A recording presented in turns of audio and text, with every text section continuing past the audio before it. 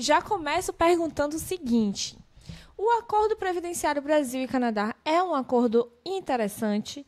Se você fosse viver no Canadá, você iria usar do acordo ou você iria continuar contribuindo para o Brasil e para o Canadá separadamente? Sobre isso, é uma questão muito íntima sua, tá? O advogado previdenciário, ele vai te ajudar, te mostrar todas as alternativas que você tem, mas se eu pudesse dar um conselho, sim, eu contribuiria no Brasil e no Canadá e deixaria para usar um acordo previdenciário caso eu precisasse muito. Mas, caso você não tenha essa possibilidade financeira de contribuir em um e no outro, o acordo previdenciário, ele é maravilhoso. E, além do mais, se você contribui no Canadá, você automaticamente está segurado pelo Brasil. Olha, eu acho isso muito legal. Isso explodiu minha cabeça, assim, de um jeito. Porque como é que pode você estar contribuindo para o Canadá e continuar segurado no Brasil? Eu queria que você explicasse isso mais no detalhe, porque na minha cabeça não faz muito sentido. Claro, vamos lá. O Acordo Brasil e Canadá, ele dá essa possibilidade. Então, se você saiu aqui do Brasil e agora está morando no Canadá e contribuindo para a Previdência do Canadá, você está automaticamente segurado perante a Previdência do Brasil. Mas o Acordo Previdenciário, ele só abrange 3 benefícios, sendo eles aposentadoria por idade, aposentadoria por invalidez e pensão por morte. Mas, caso você já esteja recebendo a pensão por morte, infelizmente, você não é segurado mais no Brasil. Então, você tem que ficar de olho nisso. A pensão por morte, então, se o meu companheiro, minha companheira, alguém, né, do qual eu sou beneficiária, falece e eu já estou recebendo esse benefício, então eu perco o direito a usar desse acordo. Seria isso? Mais ou menos isso. Você vai perder o direito de ser considerado um segurado perante o Brasil, certo? Mas você ainda vai poder usar o acordo, caso você continue contribuindo no Canadá, para aposentadoria por idade ou aposentadoria por invalidez. Ah, entendi. Interessante. Tá. No que é que consiste esses acordos previdenciários? Porque assim, o pessoal que me segue lá na Contadora do Imigrante já é fera, já sabe como é que funcionam os acordos de não bitributação. Vocês sabem, né? Porque vocês chegam aqui ainda para mim... Ai, deixa eu respirar.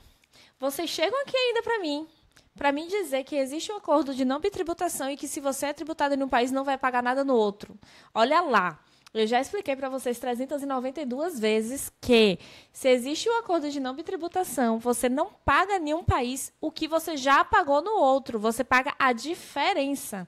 Então, por exemplo, você está lá no Canadá e lá no Canadá você paga só 10% de imposto de renda. Entretanto, no momento em que você converte para real, o seu rendimento é tributado a 27,5%. Se você só paga 10% no Canadá, no Brasil você tem que pagar 17,5%. Você não deixa de pagar no Brasil porque tem um acordo de não tributação e aí você já pagou no Canadá, não vai mais pagar nada para o Brasil. Olha lá, viu? Por favor, entra aí na sua cabeça. Então, eu quero saber como é que funciona. Se o acordo de não tributação funciona assim, dessa forma, né? Você não duplica o pagamento, você paga somente a diferença. Qual é o fundamento básico que existe em todos os acordos previdenciários? Ou não existe fundamento básico, cada um por si, quem quiser que lute? Não, vamos lá. O fundamento básico do acordo previdenciário é te proteger. Proteger não importa onde você esteja. Então, no Brasil, sendo canadense, ou no Canadá, sendo brasileiro e trabalhando, claro. E também os seus dependentes, né? Porque nós sabemos que a pensão por morte é para os dependentes, não para o segurado. Então, ele tem essa essência de proteção para o brasileiro quanto para o canadense, o que é muito bom. Porque aí não te obriga a necessariamente você contribuir para os dois países, porque você não é obrigado necessariamente a contribuir dos dois. Se você saiu do Brasil, você pode deixar de contribuir no Brasil e só contribuir no Canadá e vice-versa. Interessante. Mas me diz uma coisa, como é que é feito esse cálculo? Porque no Brasil tem essa questão, a gente já falou, inclusive, no último episódio, tá? Nós falamos sobre a questão da aposentadoria por idade, aposentadoria por tempo de contribuição, quem tem direito, quem não tem, essa questão dos 20%, dos 11%, a gente falou no último episódio. Se você perdeu, eu vou deixar aqui o card para poder você ir lá dar uma olhadinha nesse último episódio, que a gente fala todos os fundamentos dessa questão previdenciária no Brasil. E agora a gente está falando exclusivamente do Brasil e Canadá. Então, me conta. Se aqui existem todas essas questões de tempo por idade, ou aposentadoria por idade, aposentadoria por tempo de contribuição, esse fator previdenciário, lá no Canadá, eu imagino que não exista essa bagunça, né? Ou então existe uma outra bagunça, porque cada país tem a sua própria bagunça previdenciária, né? A gente vê aí as manifestações que existem na França, por exemplo, relacionadas a esse assunto, então a gente sabe que cada país tem sua bagunça. Exatamente. Como é que a gente faz para poder juntar a bagunça de um e do outro, de forma que daquilo ali a gente consiga tirar um cálculo que gere um valor ou um tempo que falta, enfim. Como é que você consegue organizar isso? Caso você queira um benefício previdenciário no Brasil, você tem que cumprir os requisitos do benefício previdenciário no Brasil. Caso você queira um benefício previdenciário no Canadá, você tem que cumprir as regras no Canadá. Hoje no Brasil, já que nós estamos falando do acordo, eu só vou falar da aposentadoria por idade. A aposentadoria por idade para a mulher hoje é 62 anos e 15 anos de tempo de contribuição. Para o homem é 65 anos e 15 anos de tempo de contribuição. Lá no Canadá, não existe essa diferença de idade para homens e mulheres. Então, lá é 65 anos para homens e mulheres, no mínimo também 15 anos de tempo de contribuição. Posso me aposentar antes no Canadá, aos 60 anos? Posso, mas a minha renda vai cair. Posso me aposentar mais tarde, aos 70 anos? Sim, posso, mas a minha renda também vai aumentar, porque, consequentemente, você vai contribuir mais. Então, enquanto a gente estava conversando, eu me lembro que você tinha citado uma questão que eu achei muito interessante, que é, se a gente usar do acordo, a gente pode, esse acordo sobrepõe a lei básica do Brasil, que é não pode ter uma remuneração menor do que um salário mínimo, e sim, eu poderia ter uma remuneração menor do que um salário mínimo no caso de uma aposentadoria na qual eu use esse acordo.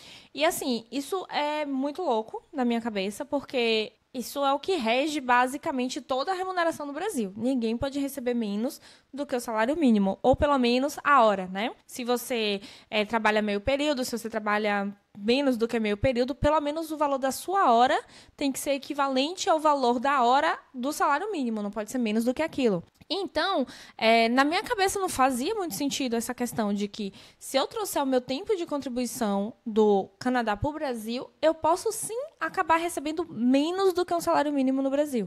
E o contrário também é verdade. Se eles têm um piso, né, um valor mínimo que eles pagam lá para os contribuintes, se eu usar desse acordo entre o Brasil e o Canadá, lá eu também posso receber menos do que o salário mínimo. É isso? Então, vamos lá. No Brasil é exatamente isso.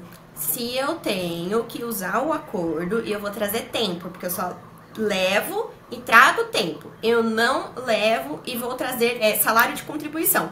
Então, todo financeiro que ficar contribuído lá no país da contribuição, ele vai continuar lá, você só vai levar o tempo. Ou seja, na hora de fazer o cálculo, a sua média vai cair.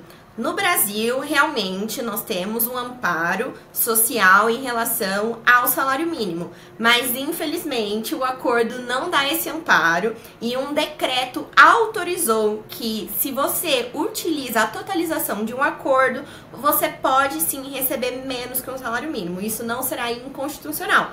Então, você vai receber menos que um salário mínimo, caso a sua média dê menor que o salário mínimo. Lá no Canadá, vai ser mais ou menos do mesmo jeito, porque você vai levar tempo e não salário daqui do Brasil, e aí a sua média, consequentemente, lá no Canadá vai cair, porque eles só vão levar em consideração o salário que você contribuiu lá no Canadá. Aí o seu tempo vai ser grande, mas o tempo de salário vai ser menor, então, consequentemente, a sua média lá na frente também será menor. Então, pelo que eu tô vendo aqui, existem duas coisas muito importantes. Primeira coisa, você precisa curtir aqui o vídeo, né? Seguir aqui o canal para poder ficar sabendo de tudo, porque esse é o podcast do Imigrante Bem Informado. Não tem condição de você estar aqui recebendo todas essas informações e não estar seguindo a gente e não ativar o sininho para ouvir os próximos episódios, né? E segunda coisa, não começa um processo de aposentadoria nem no Brasil, nem no Canadá sem contactar um advogado, porque você corre esse risco. Vai ver que você contribuindo por mais 1 ou 2 anos, ou você pagando a sua guia avulsa lá no Brasil da sua GPS, você conseguisse uma aposentadoria de valor integral nos 2 países. Mas por desconhecimento do processo, você pode se prejudicar a ponto de não receber um salário mínimo em nenhum dos dois países. Olha só que loucura. A loucura de não procurar um profissional experiente e habilitado para fazer o seu processo previdenciário, né? E isso acontece muito com você, Aninha? Muita gente vem te procurar para poder você consertar a bagunça que foi feita? Sim, infelizmente sim. Só que tem algumas bagunças que infelizmente não tem conserto. É verdade. Aqui mesmo eu vejo muito isso. Muita bagunça que não tem conserto, a gente só tem como remediar, né?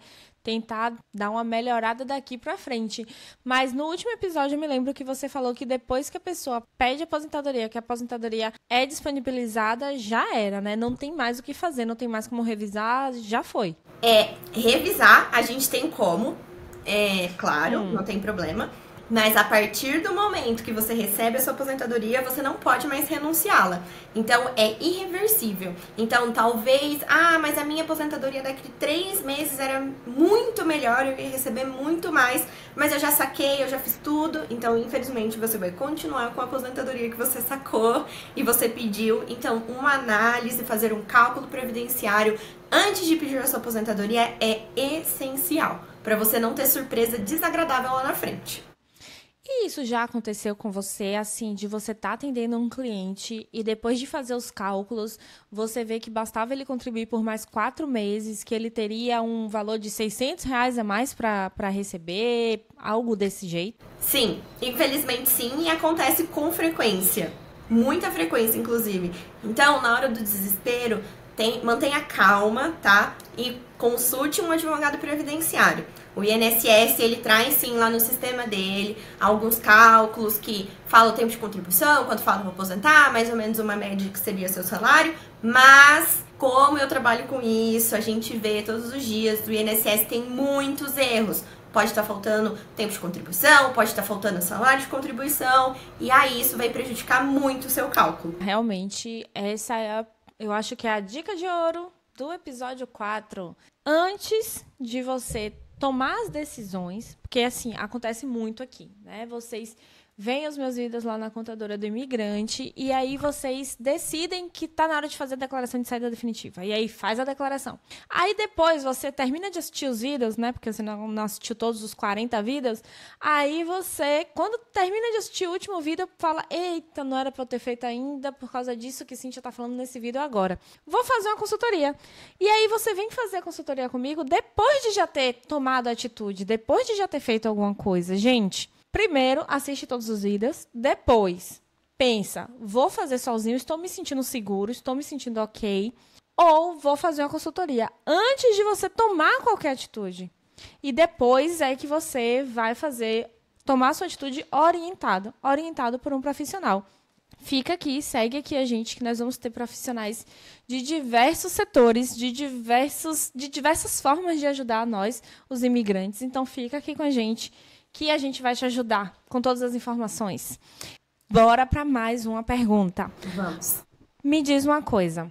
Você me disse que a situação do segurado, o brasileiro que sai do Brasil e que continua contribuindo no Canadá, ele continua segurado. Entretanto, ele só está segurado em 3 situações, né? Aposentadoria por morte, né? Pensão por morte, aposentadoria por idade e aposentadoria por invalidez. Certo. Mas existem muitos outros benefícios, como, por exemplo, a questão da gravidez. Exatamente. Né? A questão da gravidez não existe cobertura. Você tem mesmo que estar contribuindo diretamente de forma facultativa para o INSS para ter direito a essa aposentadoria. Ou aposentadoria não, né? Por esse salário e maternidade. Então, é importante essa questão da contribuição facultativa diretamente para o INSS. E aí, a gente também lembra que o tempo que você estiver contribuindo para o INSS e para o Canadá, ao mesmo tempo, ele não é somado, não é isso? Me explica isso. Vamos lá. Exatamente. O acordo Brasil e Canadá, ele é bem específico, então apenas aposentadoria por idade, aposentadoria por invalidez, pensão por morte. Eu tive um filho, eu vou ter direito a salário maternidade no Brasil? Infelizmente não, né? Porque o acordo, ele não protege esse tipo de benefício. Ah, mas eu estou contribuindo regularmente nos 2 países, eu posso pedir? Sim. Aí sim você vai poder pedir, entrar no meu INSS, fazer seu pedido tudo certinho, sem problema nenhum. Já em relação ao período que você contribui concomitantemente no Brasil e no Canadá, você não vai poder usar esse período no acordo, porque eles não será aceito. Então, se eu contribuir concomitantemente no Brasil, concomitantemente no Canadá, se eu for querer levar esse tempo ou pro Brasil ou pro Canadá, eu não vou poder. Mas se eu tiver outro tempo de serviço que não é concomitante, esse tempo sim você vai poder usar no acordo, sem problema nenhum. Aí ele será contabilizado e aí você vai receber seu benefício.